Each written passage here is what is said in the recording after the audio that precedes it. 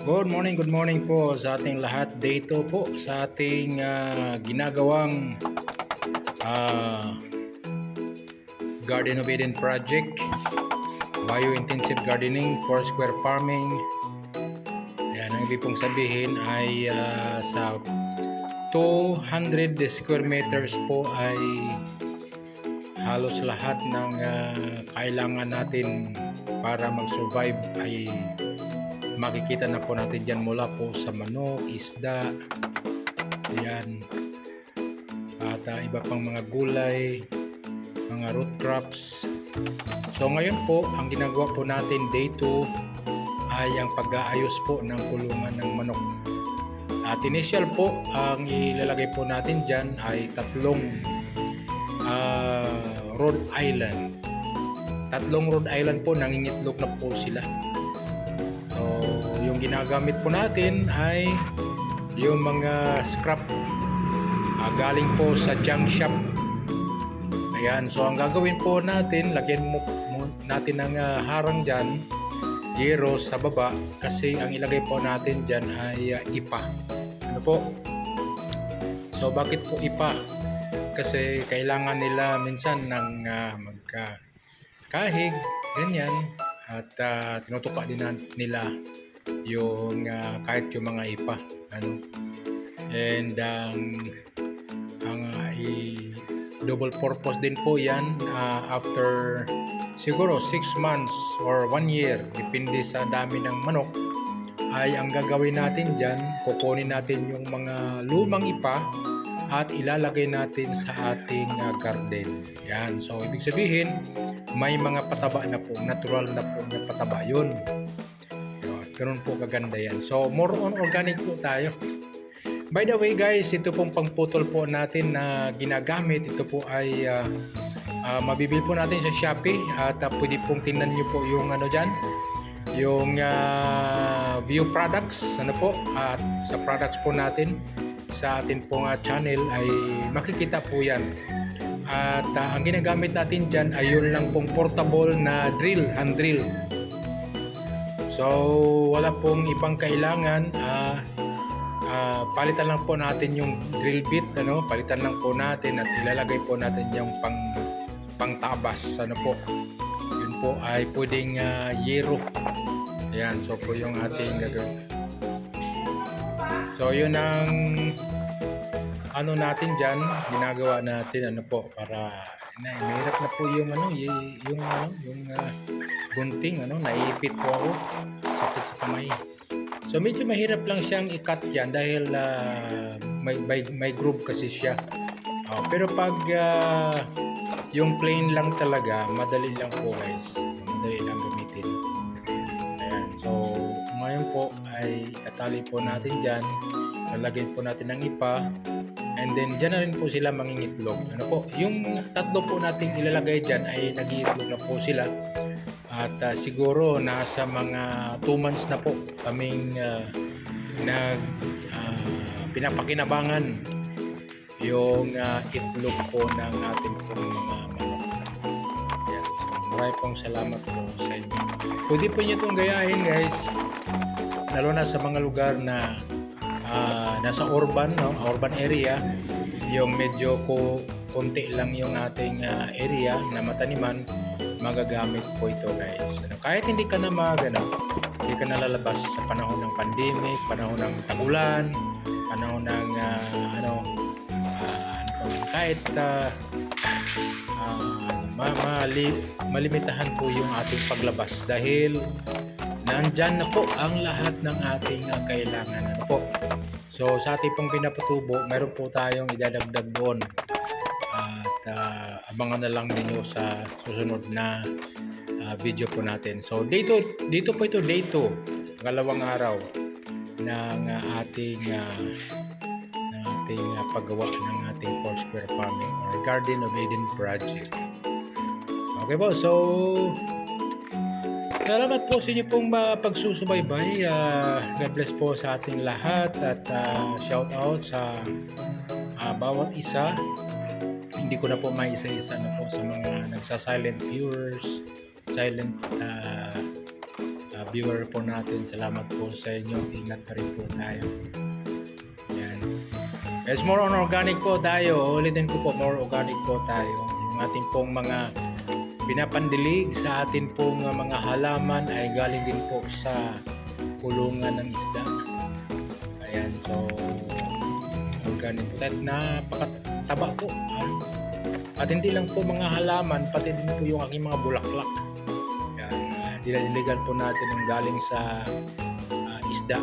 So, waste po siya ng ating pong kapalpan. Ginagamitan lang po natin ng huwag na sanang bagyuhin kasi pag binabagyo po yan, talagang maalis yan kasi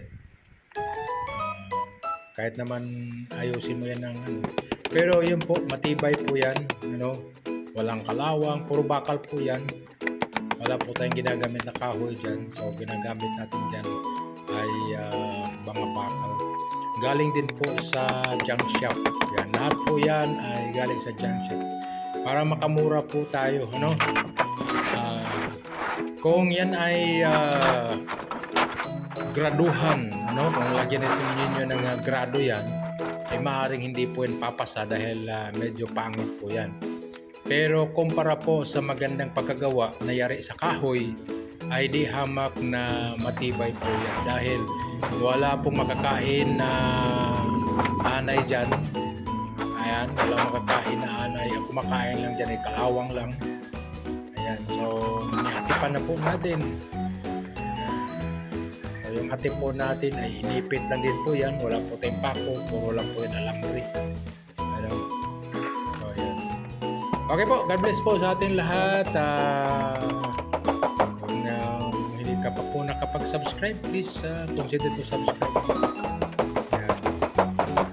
At abangan nyo rin po yung day 3 niya.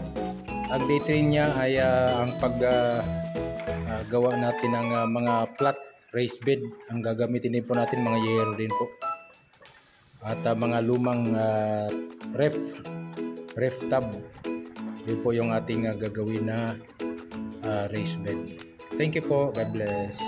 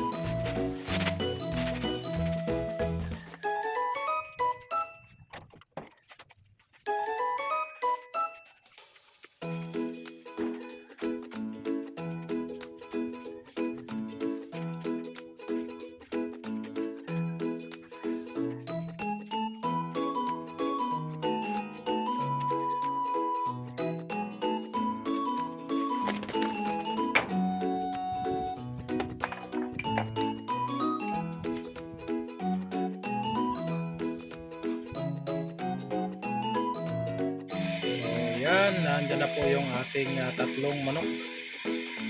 Yan. Dito po sa ating kulungan. Yan. Okay po. Ito po yung ating day 2. God bless.